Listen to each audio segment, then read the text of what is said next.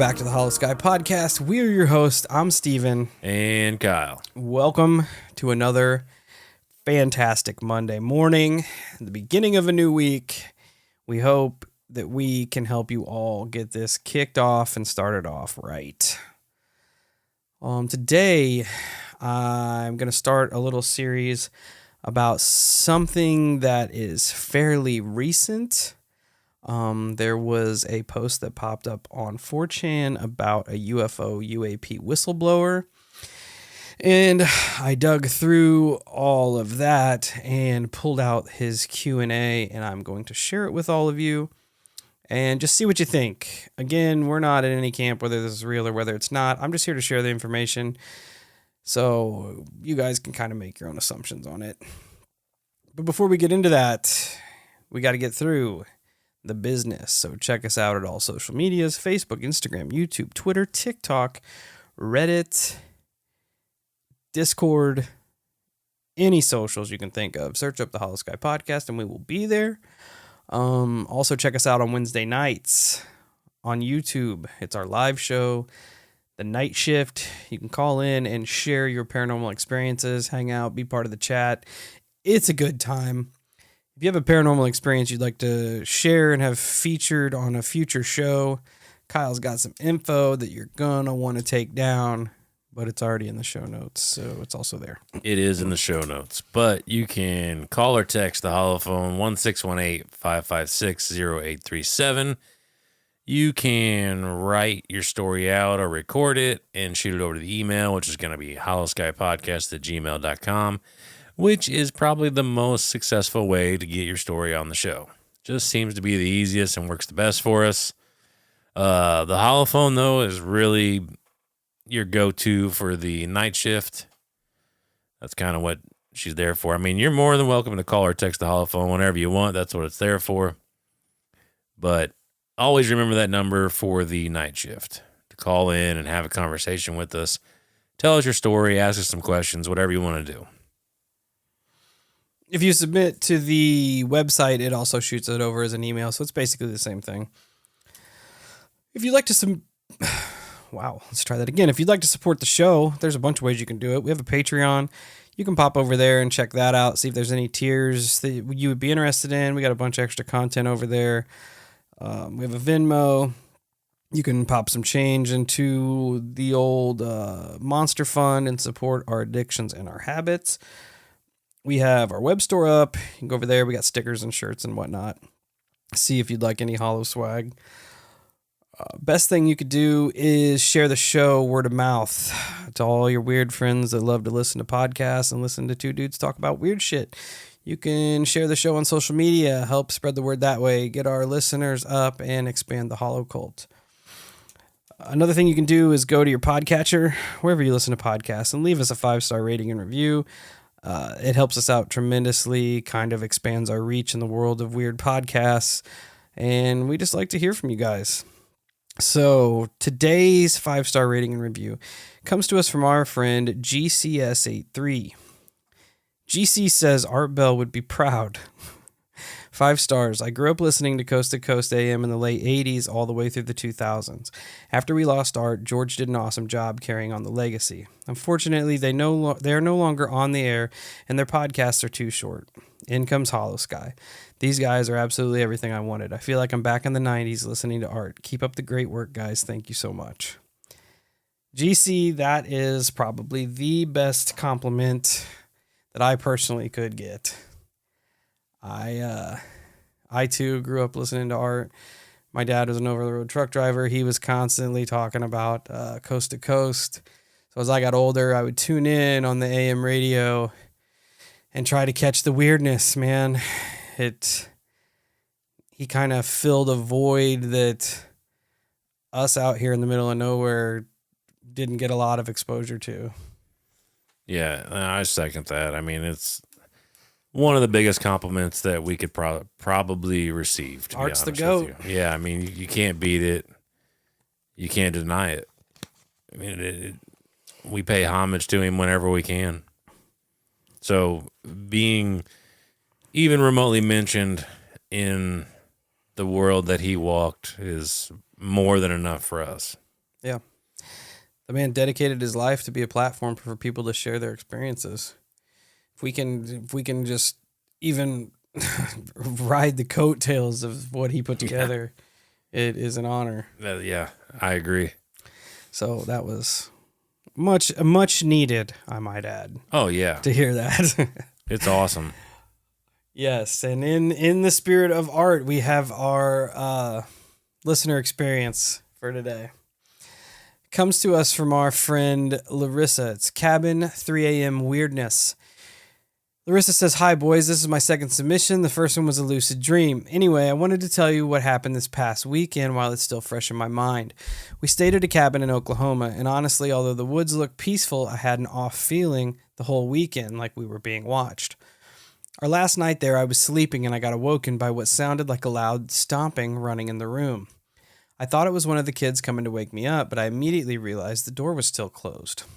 So at that point, I knew it was something paranormal. I was desperately looking for my phone to use the flashlight app on it, and I turned on the bedside lamp. It was pitch black.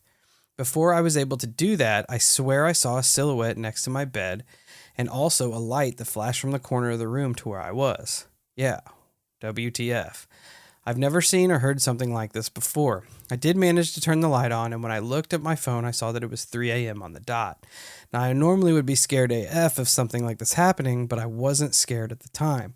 I was like, oh, it must be a ghost or something, and then I fell back asleep. It didn't feel scary, if that made sense.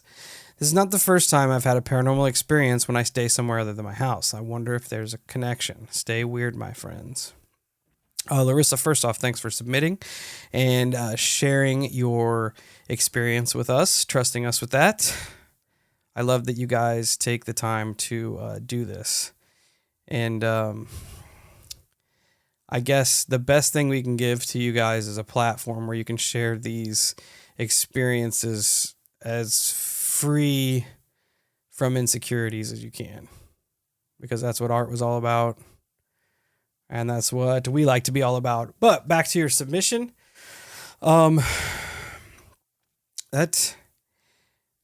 it is strange. The light flash. Is that something? Did I hear you talking about that, Kyle? Seeing the light? Yeah. The light flash? Yeah, I see that every once in a while. I haven't in quite some time, actually, now that you mention that. But yeah, I could close my eyes and try to go to sleep, and I'd see like a flash of light.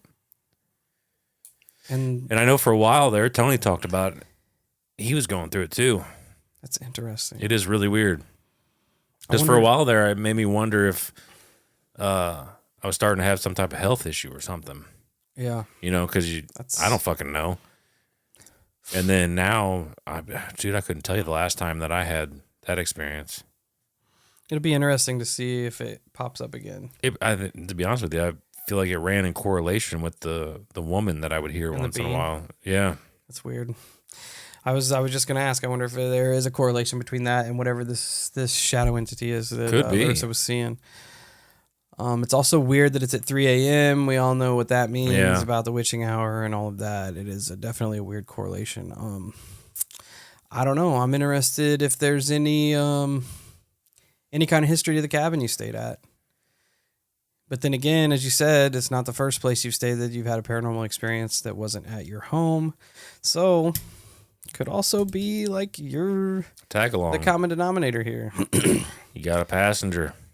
And the fact that she wasn't afraid of it is also kind of an anomaly in when you hear of shadow entities and whatnot. I would say that it doesn't necessarily mean that it's nefarious by any means. Yeah. You know, because I've had not a personal experience, but someone described to me that there was a shadow person following me when I was younger. But the way she ends up describing it is it more or less sounds like a grandpa that just passed away. Yeah. So it just, I don't know. And there's a lot to that world that we don't understand. So it's kind of, it's fun to speculate, but it's also hard at times because you just don't know what advice to give. You know, I feel like you should always be cautious, but I wouldn't also always jump to a conclusion either. Yes, it's interesting. And now I'm curious if the light flash correlation has to do with seeing these entities, since you said it kind of went hand in hand with the woman that you were dealing with as well. Yeah. I don't know. Interesting experience. And thank you again for sharing it, Larissa. I am curious as to whether or not there was more history to that cabin, but we shall see. Okay, from there, we're going to jump into the meat of the episode. Here recently, there was a post on 4chan, which, you got to take 4chan for what it is. We're just going to go into it right. So this is the 4chan whistleblower. On April 24th of this year, an anonymous poster on 4chan came forward and claimed to have intimate knowledge of UFOs and UAPs and their origin. The OP did an open Q&A for anyone that was on the thread at the time. I'm going to share this Q&A since it's relatively recent, and I wanted to kind of get on top of it before it lost its luster. It's 4chan. 4chan even states on its opening page that everything that's posted in here is to be considered fiction. But time and time again, you hear these weird things on 4chan, and you come back to these threads after they're proven to be true.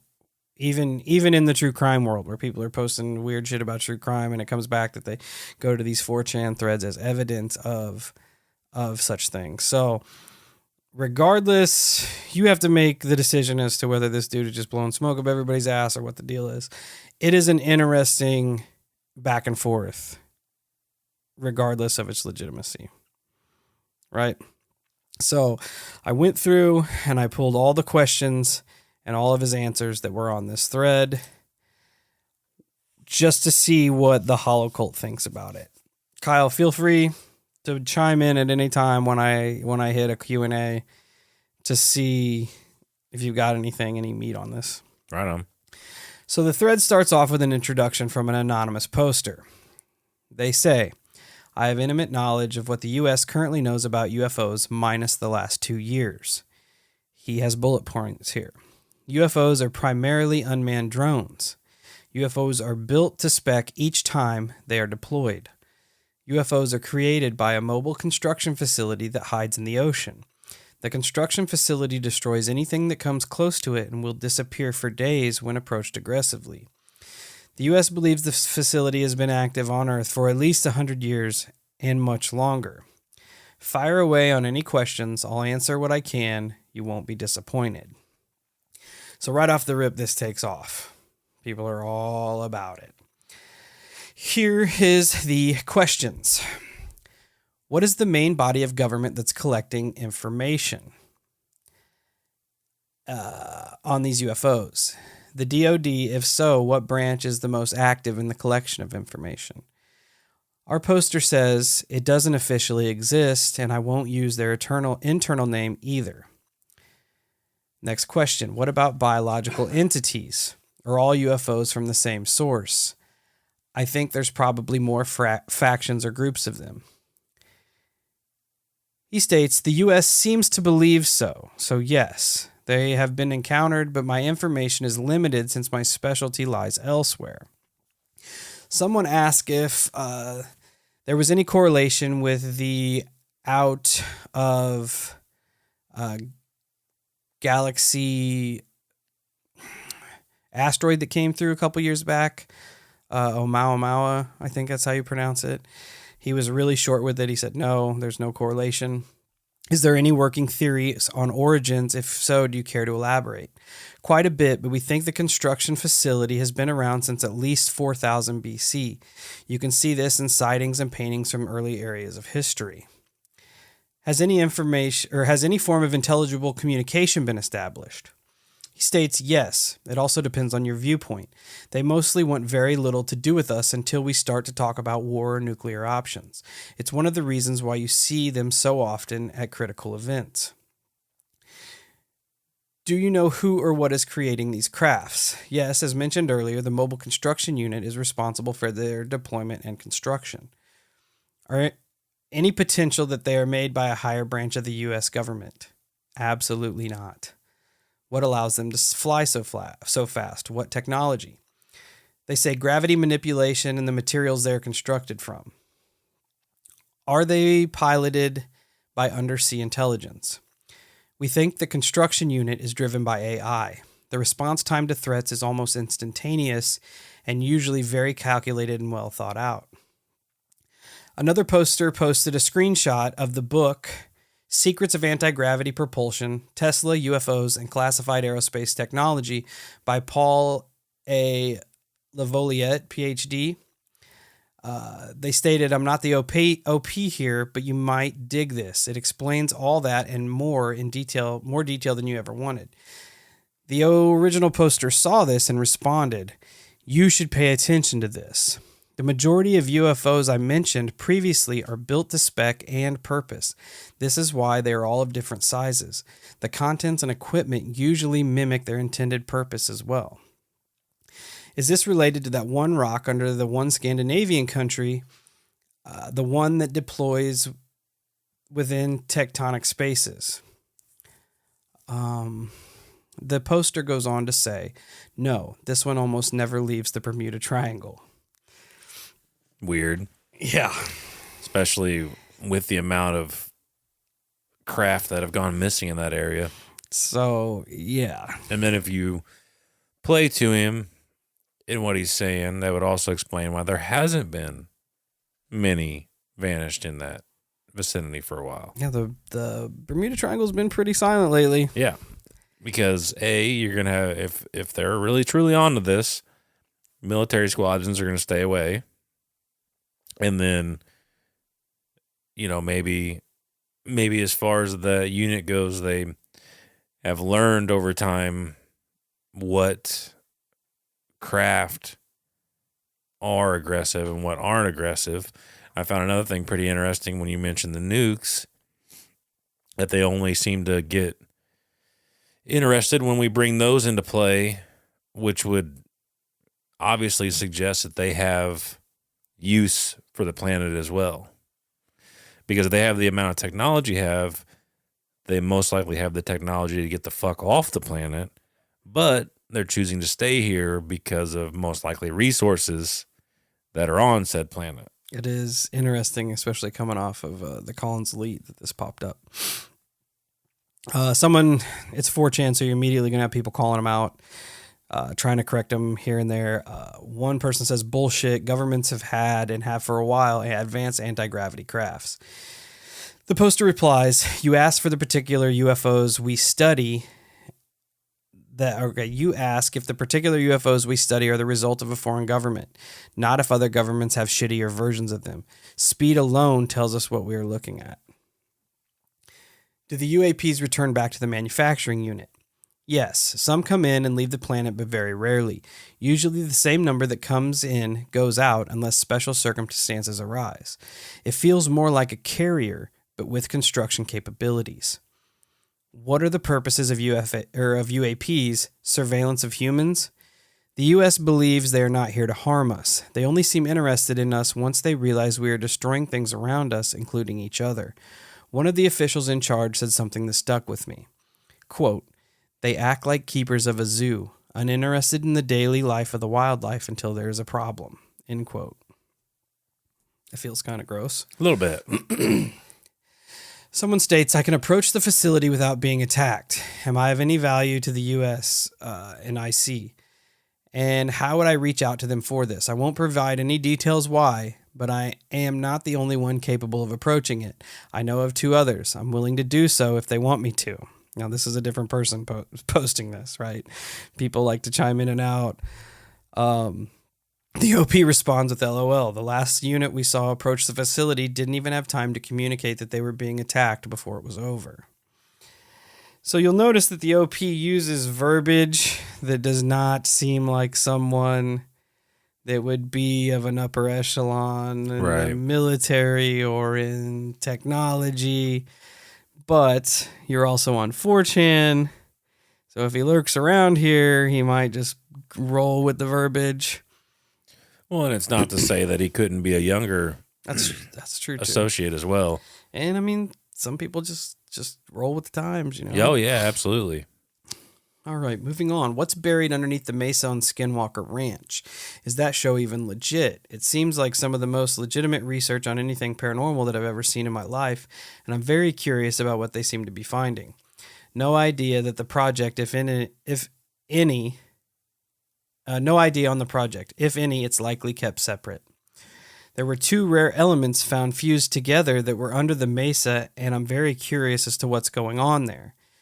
OP responds, no idea about that either. The crafts we recover are built with numerous elements, some that aren't obtainable here on Earth. Are they friendly? They cut their losses when crashes are recovered. Same with personnel. Zookeepers are not friends with the animals. That quote stuck out to me like, oh shit. Do you know if the entities behind the UFOs are native to Earth, like an older civilization, a breakaway civilization, or a civilization of humans that escaped a previous cycle of cataclysm due to their advanced tech? I've limited expertise since my role is more in craft/analysis. US believes that they are foreign to our world. A previous cataclysm could make sense. They also show up in times of strife, such as natural disasters. This person also responded. Also, I think the other guy who was talking about approaching the area without being attacked could be a remote viewer.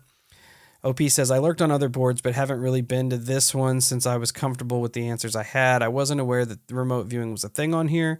The rumors among my coworkers are that they have psionic abilities, but honestly, it rarely comes up in conversation. Give it a shot. Give it a shot if you can. Kind of just push the guy off. Someone chimes in with, have you tried sending in a raft of hippies? The AI may not recognize them as a threat. Just kidding.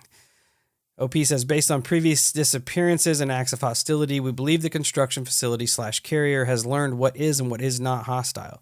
Usually it will just move away or stay deep under the water. It doesn't fire on civilian boats, for example. Exceptions apply when we have seen 1 or 2 go missing, usually after sharp turns or erratic movements, or etc. Is there any relation to Antarctica? My section monitored just this craft and any interactions it attempted. A previous coworker did mention something in passing of Antarctica at one point, but I ignored it if I'm being honest. Talking about other projects is considered career suicide.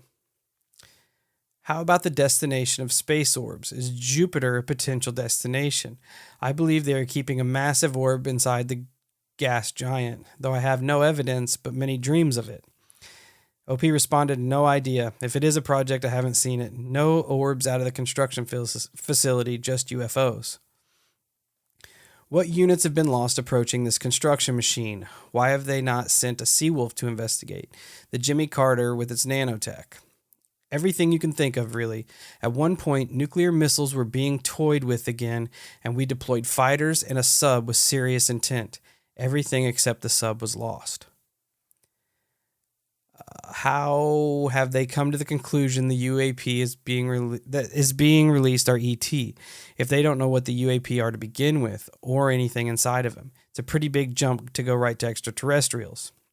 OP responds, they crash sometimes. Parts fail. Gravity engines near the surface of the planet can be like crossing intersections.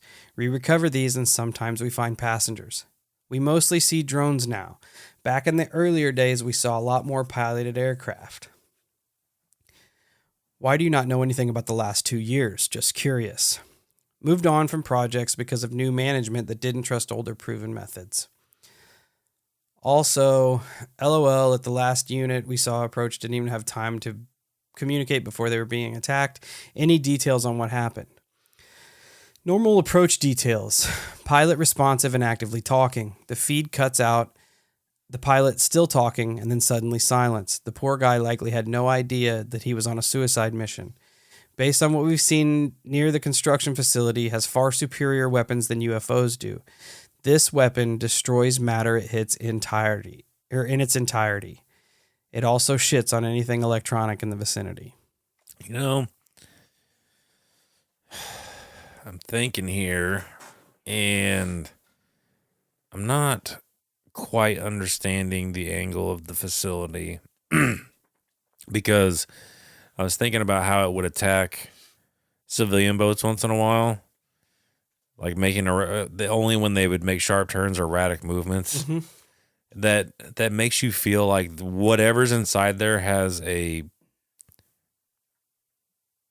almost like a primal knowledge of movement, right? Like, because erratic behavior shows aggression. Yeah. Right. So you couple that with, which is interesting because whenever the fleet went after it, supposedly the fleet went with the submarine and then the planes and whatnot. And then he's talking again about planes being attacked. Like planes will get taken out. Why go after planes over boats or the sub? The sub could reach it. Yeah, that's true. You know what I mean? And then furthermore, why if it's a hyper advanced facility like he's making it sound, it should have the technology to like I guess essentially scan the aircraft coming in. So it should be able to tell, oh shit, that aircraft is carrying a nuke. We need to dismantle it. Oh, that aircraft only has a person inside. Who gives a shit? Yep. Should be able to differentiate. That's what I mean. What's not. Exactly. Because if they're that intelligent, and like I said, just because a boat is making erratic movements, if they're that intelligent, it should still be able to suss it out, so to speak. Unless they don't care. They might not care. They might not give a shit. That's the only thing that I like, as you were saying, I'm like, unless they just don't give a shit. They're like trying to negotiate collateral damage, but then they're like, what the fuck does it matter? Right. You know? Right. But it could also suggest that they are extremely intelligent, kind of like the Serpo entities. Super intelligent, but they didn't understand certain things. Yeah. You know what I'm saying? Yeah. Like they have they're so smart that they have this disconnect. Yeah, like emotions just taken out of the picture. And they run on raw facts like, oh, that boat is making erratic movements, it's aggressive, take it down. Yeah. We don't give a shit. Yeah. The contents and equipment usually mimic the intended purpose. So like the equipment share a pattern specific to its purpose.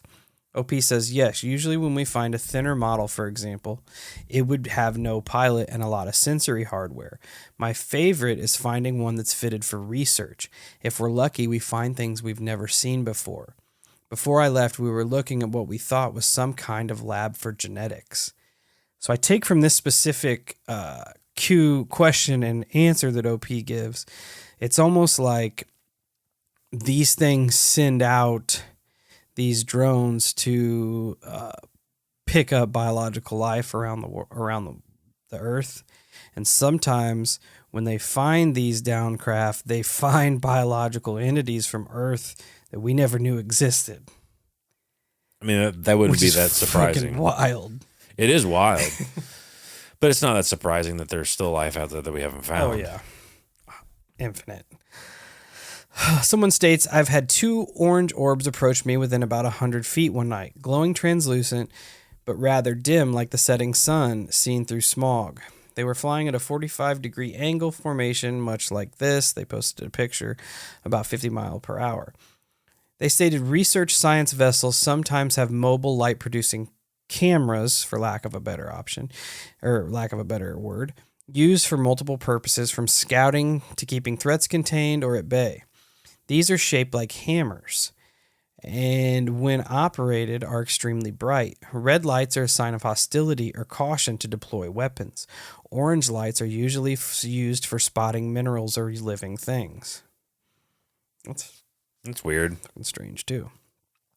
As soon as I blinked my flashlight at them, they accelerated to several thousand knots and disappeared over the horizon.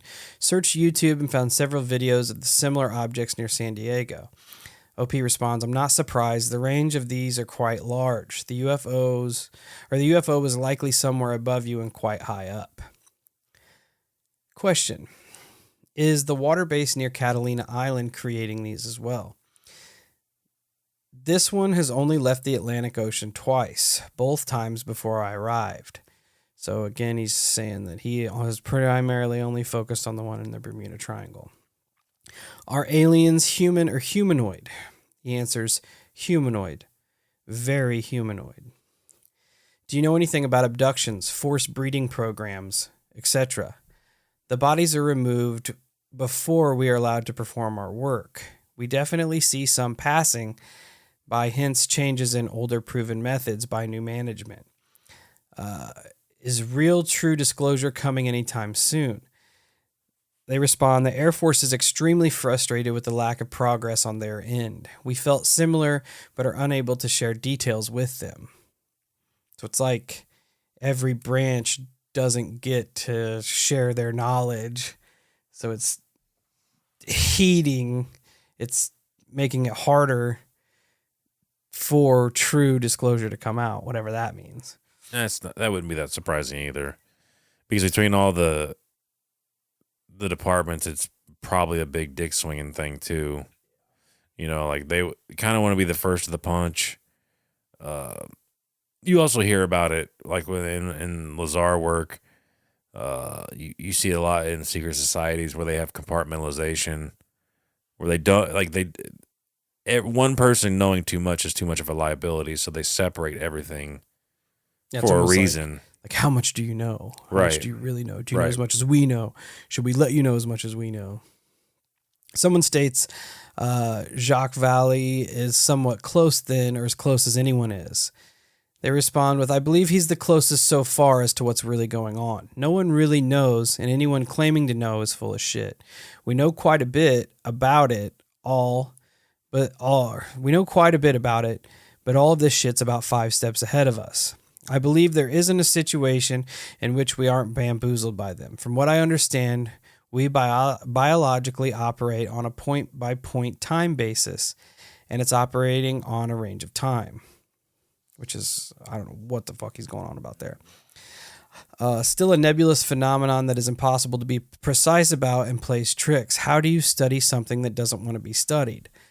They said you absolutely nailed it with this comment. The moment we think we start to have a grasp on what's going on, it'll either throw a curveball at us, which is with its nature or intentions, or seem to instigate global conflict. We're playing checkers while it's hyperdimensional.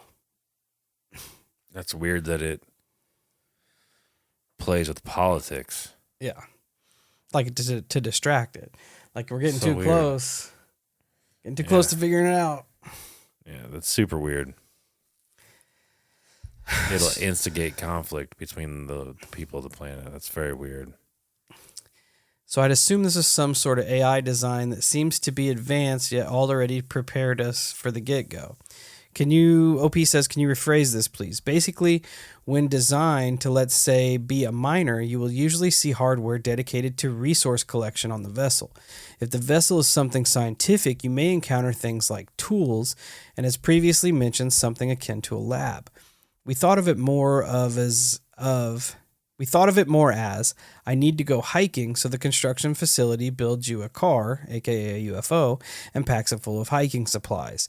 Then it adjusts the shapes to fit whatever was packed inside of it. That's interesting. Yeah, it's also another angle you could look at that, because I thought the same thing when they were talking about research vessel or mining, that the vessel would have tools on it. Well, why does the vessel need tools if there's no bodies on board? Because the vessel can't pick up a hammer and chisel away. That we know of. But it makes me wonder if it's not more of just a fucking transport. Like, oh, Steve out here in the Himalayas needs this, and this. Well, let's build this craft, send it over to him, and drop it off. Interesting. I like it. Do you think there are fewer piloted crafts because the population of the facility, if any, is declining? No, the common consensus is that they're just being careful. I've heard of recovery of living pilots usually doesn't go well for either of us. Oh, that's lovely. We suspected they piloted a lot of their initial craft due to early complications. We also saw more crashes back then. Any bodies recovered show any ranges of aging that we can recognize. I wonder if most of the inhabitants are either old or dead at this point, though younger bodies would disprove that, I suppose. I have no idea about age. It's not my specialty, and asking about it would have been a net negative, especially now. Previous higher-ups were getting better about being open with information since discovery happened a lot quicker.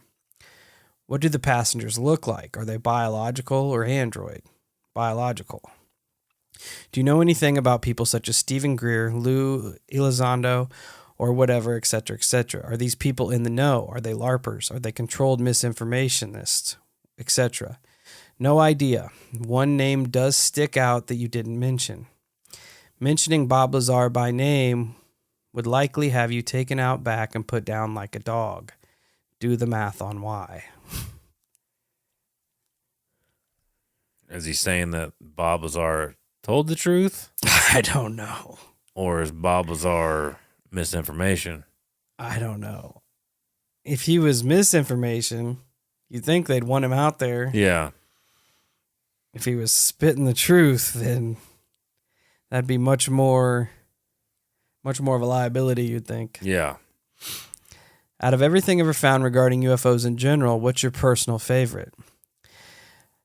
And he states, new engine was deployed with a very large model that I'd never seen before. We usually see 3 to 5 gravity-producing engines. This one had 7. So they're up in their game, apparently. Favorite object or find? Probably the lab, since we never fully understood how it worked before it was destroyed. He didn't go into details there, but I wish he would have. Makes me wonder whether a meaningful distinction between scientific study and amusement still exists for them, if it ever did. This was before my time, but they talked about a bus UFO that had more occupants than hardware. Most of the intended purpose appeared to be for physical viewing. I wondered if they ever just wanted to look at all the animals in the zoo. How long until we can hang out with the aliens? Do you have any annoying cousins that destroy everything they touch? When would you want to hang out with them? That's factual. He's not sugarcoating that one. This is a strange reoccurrent theme. At minimum, they have psychotronic devices of some sort. This statement reminded me of something from my first year. UFO crashes, they remove the bodies well before my team arrives. We start to look and the craft is unpowered at first. A few minutes later, the craft powers up and starts to close up. We radio out and get a response from the unit removing one of the occupants that they are working on it. The ship powers off and the other team asks if we're good to go. No mention of how this access was possible. I suspect that the pilot may have interfaced with the ship by remote or psionic ability. So they power the ships by their brains. Not really translucent, but maybe the outer shell was. They definitely had an inner core that wasn't see-through. Lots of tools they use produce light. If this is still about the orb, the shell you may have seen was just the light around the device I call the hammer. Are there more than one construction facility? You mentioned one in the Bermuda Triangle. However, there are lots of USOs off the west coast of the Americas as well. Any insight? I suspect that there may be, since we only watch the one in the Atlantic Ocean and the UFOs we track normally don't stray far from their home base. Asking about it would have been a very bad move on my part. I'm talking about the MCUs. Are you talking about the one in the Pacific or the one in the Arctic?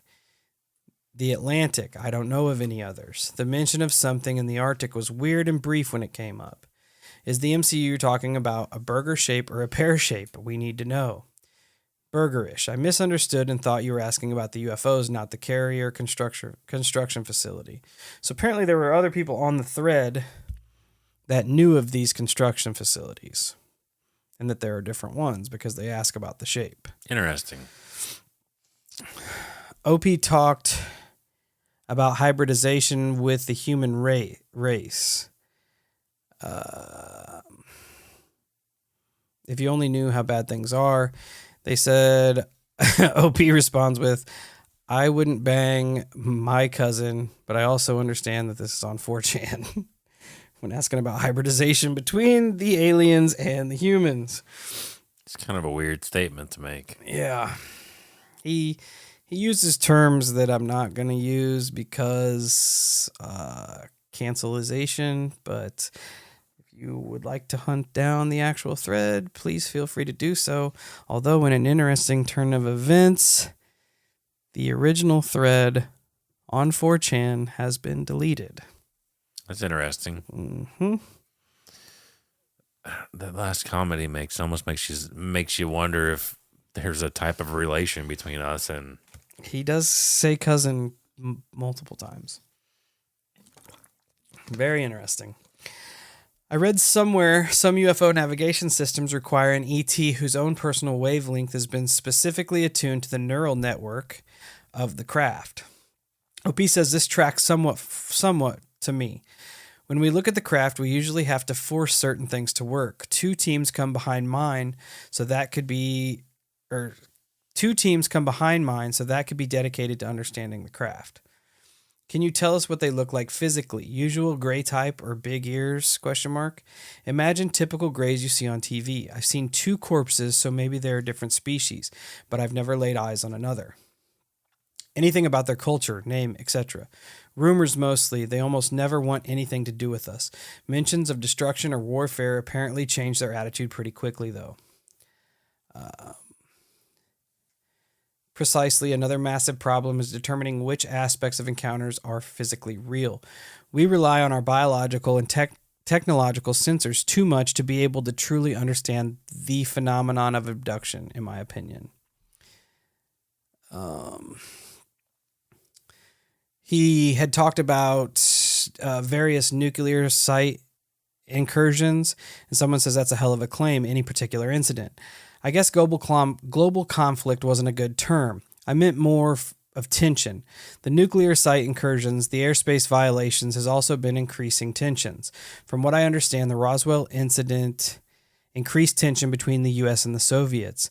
There's a security tension behind other countries gaining access to the information or materials surrounding the phenomenon. There's been a great domestic tension within the U.S., intelligence agencies, military, disinformation campaigns, and etc. So not only are they stirring up tension between us and other countries, they're also keeping tensions in between all of our intel agencies as well. So weird. You never think that, like, when talking about this subject, you never think that they're puppet mastering all of this on top of everything else. It definitely makes sense. Yeah. You always think it's like some government agency pulling the strings, but you never think that what they're looking into is pulling the strings on them. Right. Why did the UFOs fuck all those people up in Brazil? Probably talking about the Varginha incident.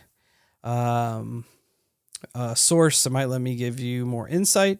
Was it by accident of them not knowing we'd be damaged by their equipment, or did they just not care? I found that they usually monitor us. If approached at uncomfortable distance, they flee. When concerned, it doesn't end well for us. Their tools can do harm to us, even just for scientific purposes. We think that they just don't care. So that checks. They're checking shit out on us, and they don't care of the recourse. Do you believe we're under control? We are under their control in some way, or somewhere, or where sometime in history? Let me try that again. Again, I apologize. It's hard to. If you've ever been on 4chan, it's just a big cluster of comments.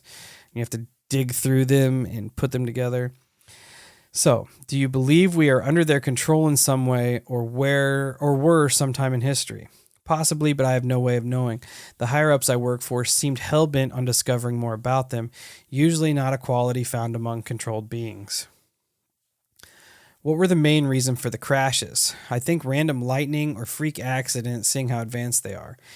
You'd be surprised by how many mistakes they make, especially further back you look. One area they seem to avoid like the plague we suspect is due to issues with gravity and flight. Before they figured out, we collected quite a few mishaps from there. We've tried to shoot down some, mostly over nuclear incidents, but we failed miserably. I think he goes on to mention it's somewhere in the Southwest where these crashes became commonplace, wherever this gravitational anomaly is. seems to fuck them up. I think he mentions it, but I'm not sure how far down it is. This is a super long Q&A, so it's probably going to be multiple episodes. Did you see any written symbols on the craft? Yes, usually marked by doorways and key objects. Written languages appear frequently on tools and critical items. Also, it reads like their objective is to observe and preserve. I agree. The idea was pitched that they are waiting for us to mature or perhaps something bigger to arrive. They don't want us to ruin the planet in the meantime. What do you believe is the reason for the uptick in sightings recently? Once again, my knowledge was cut off about 2 years ago. If you mean very recently, my guess would be that the Russians and the U.S. are having a little secret dance amongst themselves. When nuclear anything gets involved, we see large deployments for long periods of time. Strife seems to be the catalyst. Also, what is your scariest experience while engaging the phenomenon, and what is your favorite, if any? The doors closing on us, as mentioned above, made me wish that I had brown pants on that day.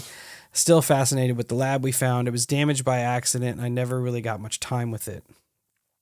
Are you aware of any foreign alien tech that was successfully reverse engineered? Yes, we used to laugh at Russian and Chinese design. We stopped laughing at China when they produced an operational, but buggy, version of their mining equipment. Still stumps most of our engineers. China also lies out of its ass, but from what we saw, we deemed it operational and working. Countries listed above also have flight-capable crafts, just not very good ones. I'm honestly surprised no one has asked about the energy source or the internals. I'm heading out for the night, but tomorrow I will answer more. So, China is got to step up on us. Yeah, hot on the trail, which isn't surprising. It's not surprising at all. I like that he did touch on that. And all three of us have operational crafts, just shitty ones. Yeah.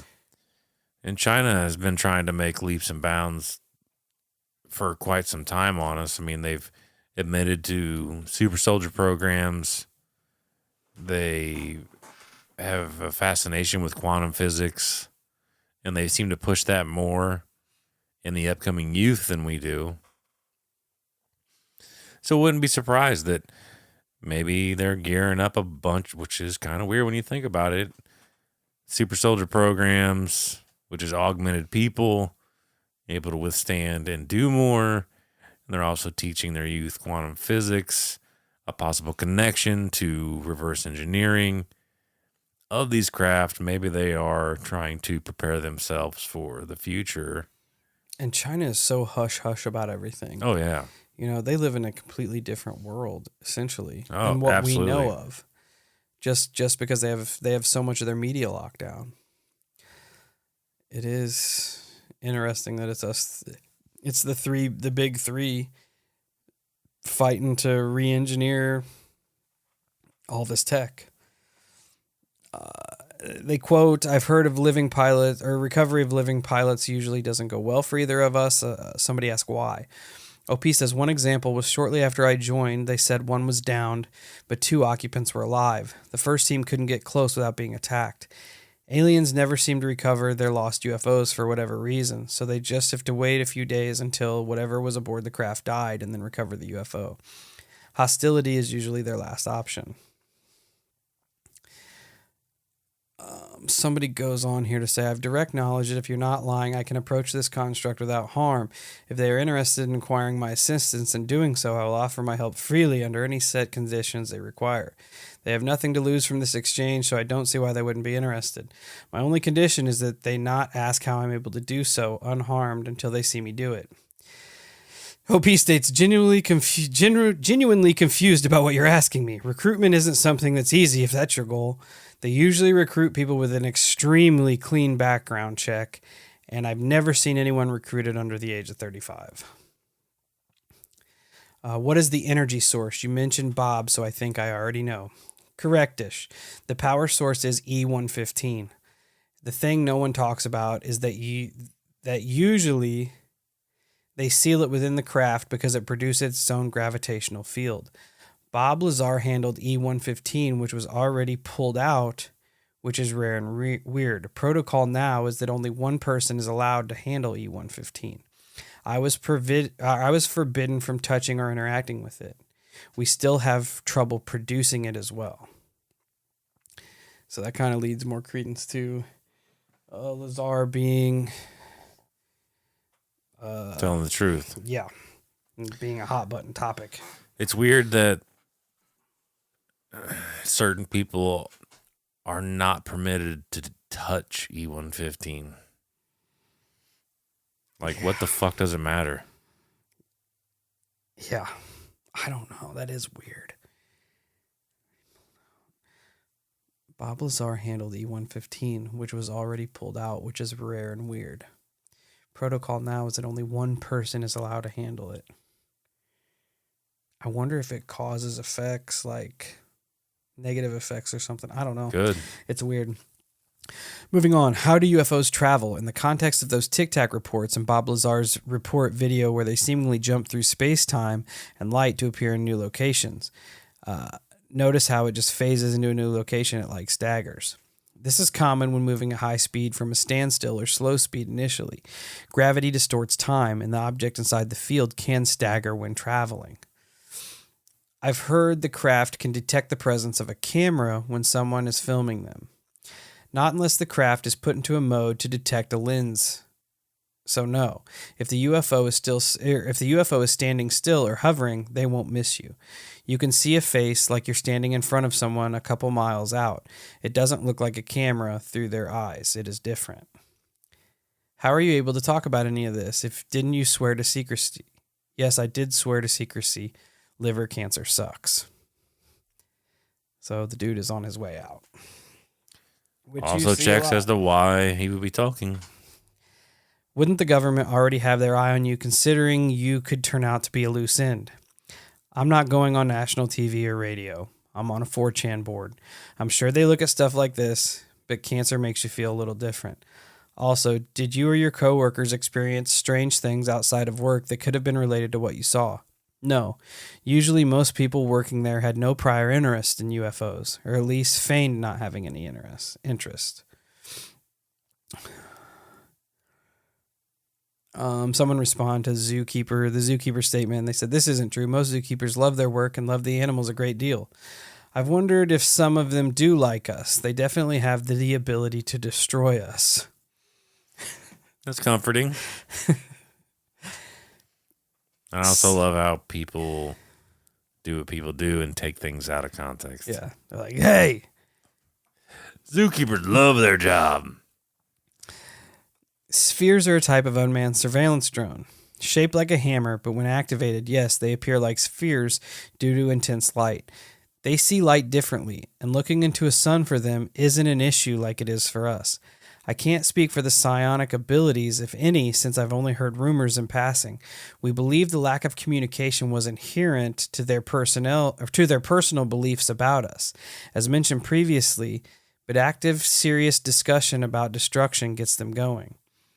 So essentially, they don't talk to us because they just don't think we're worth it until we start talking about blowing shit up. Yeah, makes sense. And they're like, oh, great.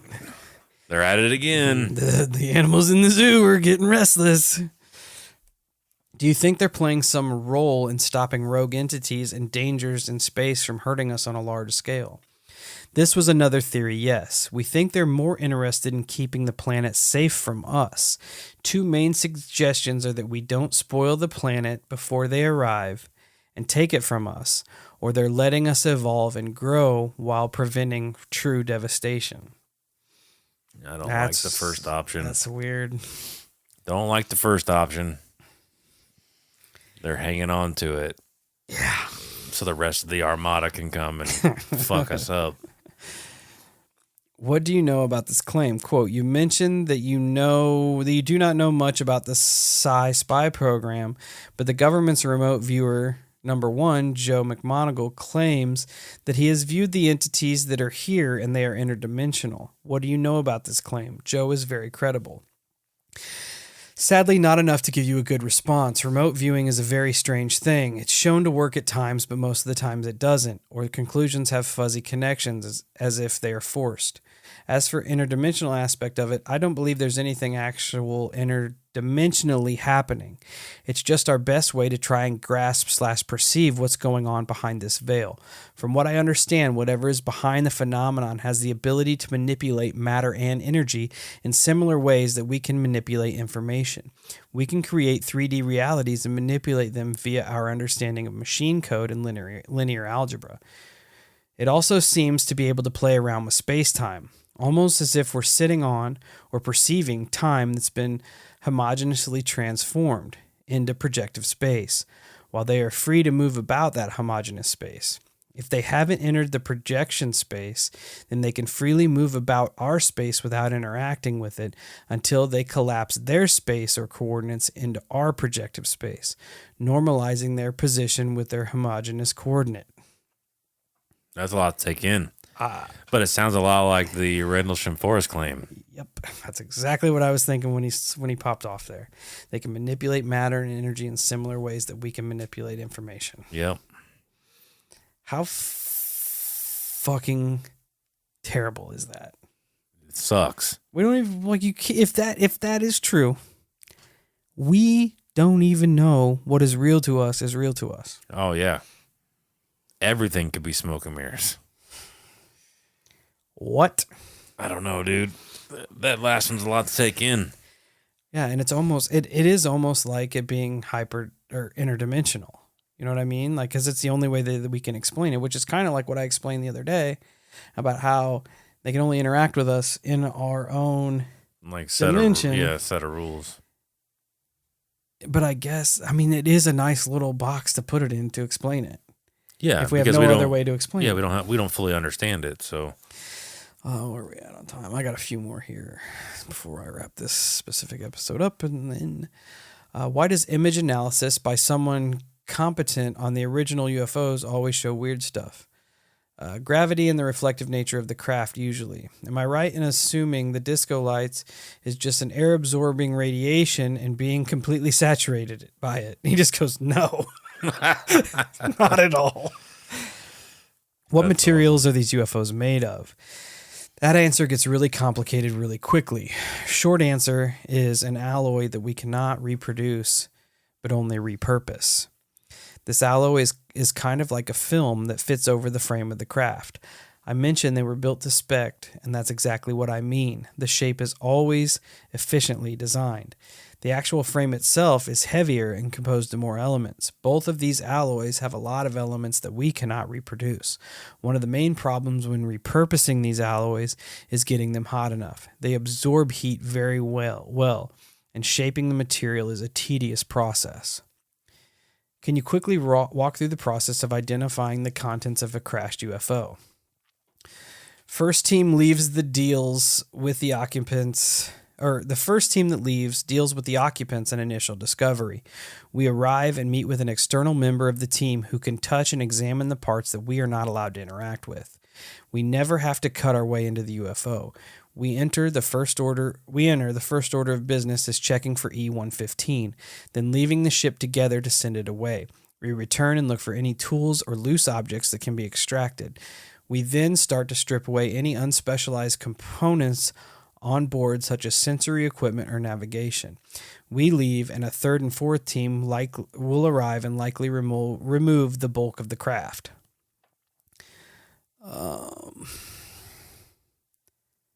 What materials are these UFOs made of? Oh, I already ran that. I guess I sent this through twice. Okay, I will end with this one right here. So someone posted a Space Force logo in the middle of the thread. And ROP says this: pay attention to the Space Force. We were told this would be a long project of disinformation as one of the key takeaways. New management was hell-bent on going back to secrecy. They thought they were way too open with our operations. So we're going to stop there. I've still got a lot of information to share. What do you think, Kyle? Blowing smoke?